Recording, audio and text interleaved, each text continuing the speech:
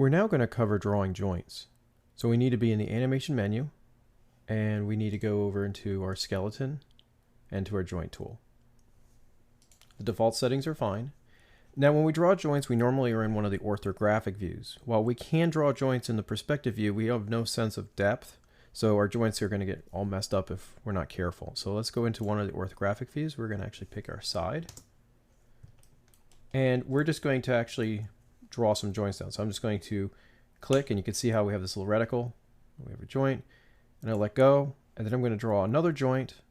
And this is how drawing joints work, is as I'm continuing drawing joints, as I keep on clicking down, it'll keep on drawing more joints.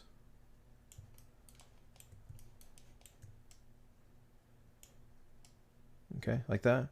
And when I'm done drawing joints, I just hit enter. And that finishes our joint chain. Now, for the first thing you might notice is our joints here are gigantic.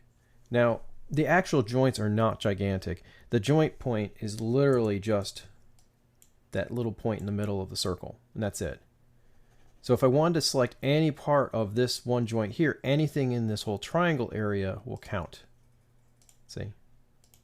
Or the circle itself. Like that. Now typically these joints are way too big. So how do I make them smaller? Well, we could actually make one joint bigger and smaller by changing the radius. So I can increase and decrease the radius. That'll only change one.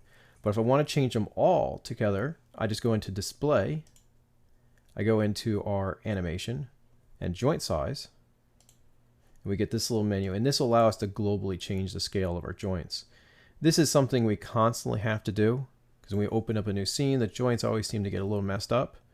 But I want to really push this point down, is that the size, the visual size of the joint really doesn't matter. It is just the center pivot point right between that circle. That's all that matters. Okay. So now we did that. I'm going to delete this joint chain. We're going to do another one.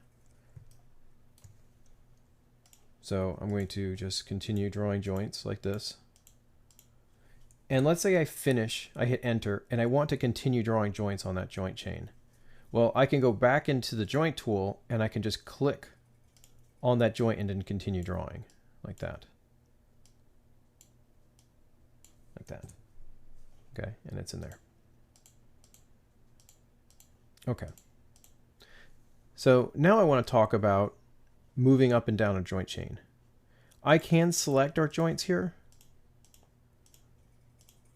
but if I need to move up and down a joint chain, you can use the up and down arrows to pick walk through. Now down means it's going down the hierarchy, so it's going down, and up is going back up the hierarchy. So I do this all the time. Okay, so let's actually draw another joint chain, and I want to draw it straight up like this. So we're going to draw a joint here. Now my joints are a little small, so I'm going to increase the size here. Let's actually draw a couple of them so I can see the size change.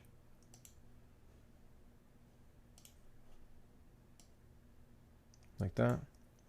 Okay, I'm going to leave that up there. Okay, so watch what happens when I draw my joints now. I'm going to draw a joint like that. And when I draw my second joint, do you guys see how it's actually like a plus symbol right now? When I draw my second joint and I let go, you'll see how the first joint, the root joint, will now all of a sudden change and point to the next joint. When you're drawing joints, this is called orientation, and it's actually orienting itself to point to its child.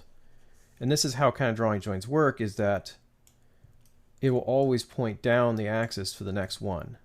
Like this. Even if I actually end my joint chain and click and continue, it'll do this.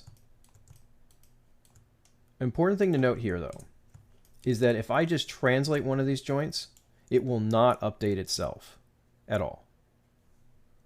So we normally want to draw our joints in one shot. If we need to make too much adjustment in the middle, I normally redraw my joints. Okay. Now, another important fact on here is that our move tool has actually different spaces it can go through. Mine actually is currently in local mode. So let me talk about this. We're going to double click on our move tool. And actually, rotation has this and scale has this too. By default, it's set to world. And you see when I pick walk through my joints, It's Y facing up and Z is facing to the left. Well, that's the world down here. That's our world orientation. What if I go into object mode? Now it shows its orientation down. So this is actually really important to be in. So you should make sure that you're always set in your object mode for your tool setting.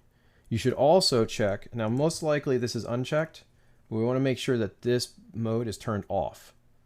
This is actually allows it to reorient it as we move joints around, and we do not want to do that. Okay, so now when I pick walk through, I can see the orientation. Y is up and X is facing down through the axis. Cool. Okay, so now I'm going to actually draw some in the perspective view, which we said we can't really do that. Well, you can actually draw in the perspective view, but you need to have a target that you're moving to. So when I draw joints, if I'm on the grid, it will draw out on the grid like that. See?